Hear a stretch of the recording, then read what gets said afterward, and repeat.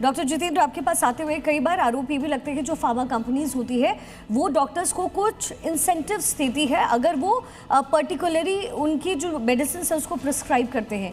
इसमें कितनी सच्चाई है कि आपको लगता है कि वाकई ऐसा होता है, और अगर ऐसा होता है तो कहाँ पर इसको रजिस्टर किया जा सकता है? हाँ, देखिए, पहले तो मैं आम दर्शकों के ज्ञानवर्धन के लिए एक बात बताना चाहता हूँ। आप लोग जब भी डिस्कशन करते हैं, आप एक ब्रांडेड मेडिसिन वर्सेस जेनरिक के डिस्कशन करते हैं, लेकिन एक सेगमेंट और है जिसने वाकई दुर्गंध फैलाया हुआ है, वह है ब्रांडेड जेनरिक, जिस पे आप चर्चा नहीं करते। तो मैं आपको एक उदाहरण देना चाहता हूँ। आप एक फना कंपनी का टूथपेस्ट लेना चाहें, वो कंज्यूमर का राइट है कि मैं इस ब्रांड का टूथपेस्ट लूँगा। आप किसी और का भी ले सकते हैं, कंज्यूमर का राइट है। उसी तरह आटा खरीदना हो, मसाला खरीदना हो, लेकिन जब आप एक बिना नाम का मसाला लेते हैं, बिना नाम का टूथपेस्ट लेते हैं, तो उसे जेनरिक बोलते हैं।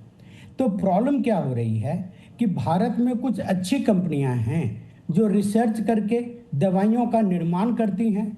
उनकी जो फैक्ट्रीज हैं वो FDA अप्रूव्ड हैं, वो इंडिपेंडेंट सोर्सेज ने वेरीफाई किया हुआ है, और वहाँ पे जब वो आप दवा लेते हैं तो इंडियन कंपनी भारत का नाम पूरे विश्व में फैला रही हैं। लेकिन कुछ कंपनियां ऐसी हैं जो एक्चुअली दवाइयों को बाहर से मंगवा लेते हैं, वो मॉलिक्यूल को चाइना से मंगवा लिया, कहीं और से मंगवा लिया, और यहाँ पे सिर्फ पैकिंग कर रहे हैं, और उन्होंने भी अपना एक ब्रांड दे दिया है। तो वो दुर्गंध फैला रहे हैं। आपने सुना होगा, आप ही के प्लेटफॉर्म पे डिस्कस हुआ कि कैसे खांसी के सिरप से बच्चे मर रहे हैं। अब कौन है जो उसकी गुणवत्ता को सेट करेगा? कोई नहीं। तो हम एक आम भाषा में बोल देते हैं कि जेनरिक अच्छा है। देखिए, जेनरिक अच्छा या बुरा नहीं है। बिल्कुल सर, अगर और हम ये बहुत महत्वपूर्ण बात आपने बोली है कि कई ऐसे मुद्दे हैं जिन पर डिस्कशन होना अब भी बाकी है। डॉक्टर मनोज कुमार, लेकिन जब भी कोई डॉक्टर दवाई देता है तो वो कंपोजिशन के हिसाब से देता है। आप कभी जाएंगे किसी डिस्पेंसरी पर कोई भी शॉप दवाई लेने के लिए, अगर उस कंपोजिशन की दवाई मौजूद नहीं है तो हमेशा दुकान वाले की तरफ से कहा जाता है कि ये ऑल्टरनेटिव ले लीजिए। क्या ये सही है? क्योंकि जनता के माइंड में हमेशा ये सवाल रहता है कि कंपोजिशन बदल दिया जाए कहीं, तो ऐसा ना हो कि दवाई जिस चीज के लिए इस्तेमाल होनी है वो कहीं ऐसा ना हो कि वो इस्तेमाल ही ना की जा सके। नहीं, बिल्कुल आपने सही कहा कि देखिए, दवाई जो है वो प्रिस्क्राइब जो मेडिसिन है वही मिलना चाहिए।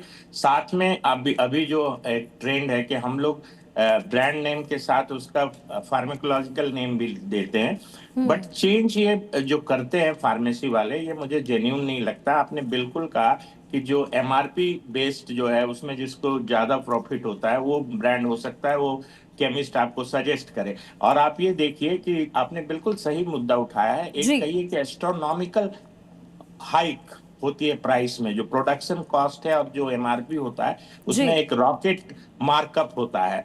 तो उस समय आदमी को सावधान ये होना है कि जो मुझे प्रिस्क्राइब्ड मेडिसिन है वही लेनी है। और देखिए, 80% ड्रग्स अभी भी एसेंशियल ड्रग लिस्ट से बाहर हैं, तो इस पे थोड़ी सी उनको स्वतंत्रता मिल जाती है, बट सबसे बेहतर है कि अच्छे आउटलेट से लें। नहीं, लेकिन सर यहाँ पे क्या है कि नॉर्मल दिक्कत लोगों की है। ये जानकारी तो आप दे रहे हैं, लेकिन जो कंज्यूमर्स हैं उनको कैसे पता चलेगा कि ये जो दवा हमें मिल रही है वो सही कीमत पर है या नहीं? और उन लोगों का सोचिए जो ज्यादा पढ़े लिखे नहीं है, उनके लिए क्या हो सकता है, क्या संभव है? देखिए, हमारे यहाँ लीगल फ्रेमवर्क तो बहुत अच्छा है प्राइस कंट्रोल का, बट उसकी इम्प्लीमेंटेशंस नहीं है। और चाहे आप जो भी कहें ब्यूरोक्रेटिक इनएफिशिएंसी है या जो भी है, बट आपको ये पता करना भी मुश्किल है कि डॉक्टर को ही पता करना मुश्किल है कि इसका API कितना कॉस्ट कर रहा था, इसका प्रोडक्शन कॉस्ट क्या कर रहा था, और इस पे MRP क्या लिखी हुई है। तो मुझे लगता है ये प्रशासन की एक ठोस कार्रवाई होनी चाहिए, और उनको एक जैसे एसेंशियल लिस्ट जो उन्होंने ड्रग्स के बनाए हैं उसको और एक्सपेंड करना चाहिए, ताकि मैक्सिमम मेडिसिन जो हैं, खास करके जो एंटीबायोटिक्स हैं, पेन किलर्स हैं, जो अभी भी बाहर हैं, वो इस लिस्ट के अंदर बिल्कुल सर, लोगों को जागरूक भी होना चाहिए। अंशुल सर, लेकिन मेरा सवाल यहाँ पर यही है, ये जो हम दिखा रखे हैं, जिस तरीके से जी न्यूज ने ग्राउंड पर जाकर लोगों से बातचीत की, जिस तरीके से हमने विटनेसेस इकट्ठा किए, जो दुकानदार आप देख रहे हैं, जब उनसे सवाल हमारा रिपोर्टर पूछ रहा है कि यहाँ पर इतनी ज्यादा सस्ती मिल रही है लेकिन जब हम आपके पास आ रहे हैं तो महंगी मिल रही है, तो दुकानदार का साफ तौर पर कहना है कि आप दिल्ली के अलग अलग जगहों पर जाएंगे तो आपको अलग अलग दाम मिलेंगे। इसका क्या मतलब है? अगर एक कॉम्बीफ्लेम कहीं पर 5 रुपए की मिल रही है तो वो फिर पूरी दिल्ली NCR में 5 रुपए की ही मिलनी चाहिए। वो दिल्ली में 5 रुपए की और नोएडा आते आते 15 रुपए तक की नहीं हो जानी चाहिए ना? आप बिल्कुल सही कह रहे हैं।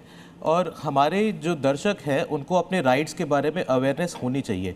सो कायदे में जो आप कह रहे हैं कि सारी जगह पे प्राइसिंग एक ही होनी चाहिए, बट कंपनियां क्या करती हैं, कंपनियां उसका दवाओं का अमूमन दवा कॉस्ट हाई रखती हैं एंड देन वो कस्टमर्स को इतना ऑप्शन नहीं देती, दुकानदारों को ये ऑप्शन देती हैं कि आप उसे 0% डिस्काउंट पे बेचिए या आप उसको 70% डिस्काउंट पे बेचिए। सो इसीलिए इतना वाइड वेरिएशन है। तो डॉक्टर क्या ये एमआरपी का जो लूप होल्स है, क्या इसका फायदा यहाँ पर शॉपकीपर्स उठा रहे हैं, रिटेलर्स?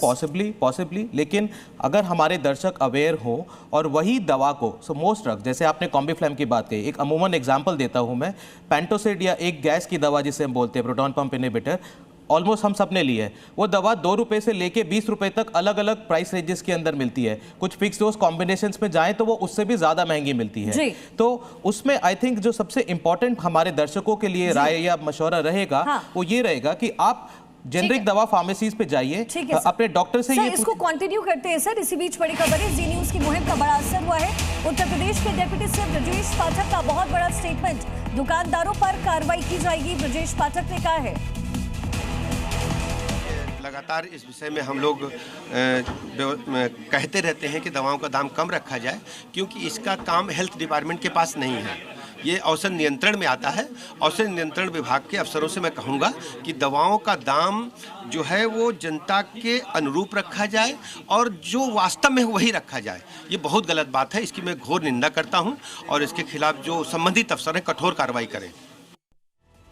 तो जी न्यूज की मुहिम का ये बड़ा असर हुआ है और ये लोगों के हित के लिए है, वो आवाज जी न्यूज लगातार उठा रहा है। और बिल्कुल देखिए, जिस तरीके से लोगों को जागरूक करने की जरूरत है, हम लगातार जागरूक करें, क्योंकि हम आपके हक की लगातार आवाज उठा रहे हैं। आप सभी का बहुत बहुत शुक्रिया हमारे साथ जुड़ने के लिए।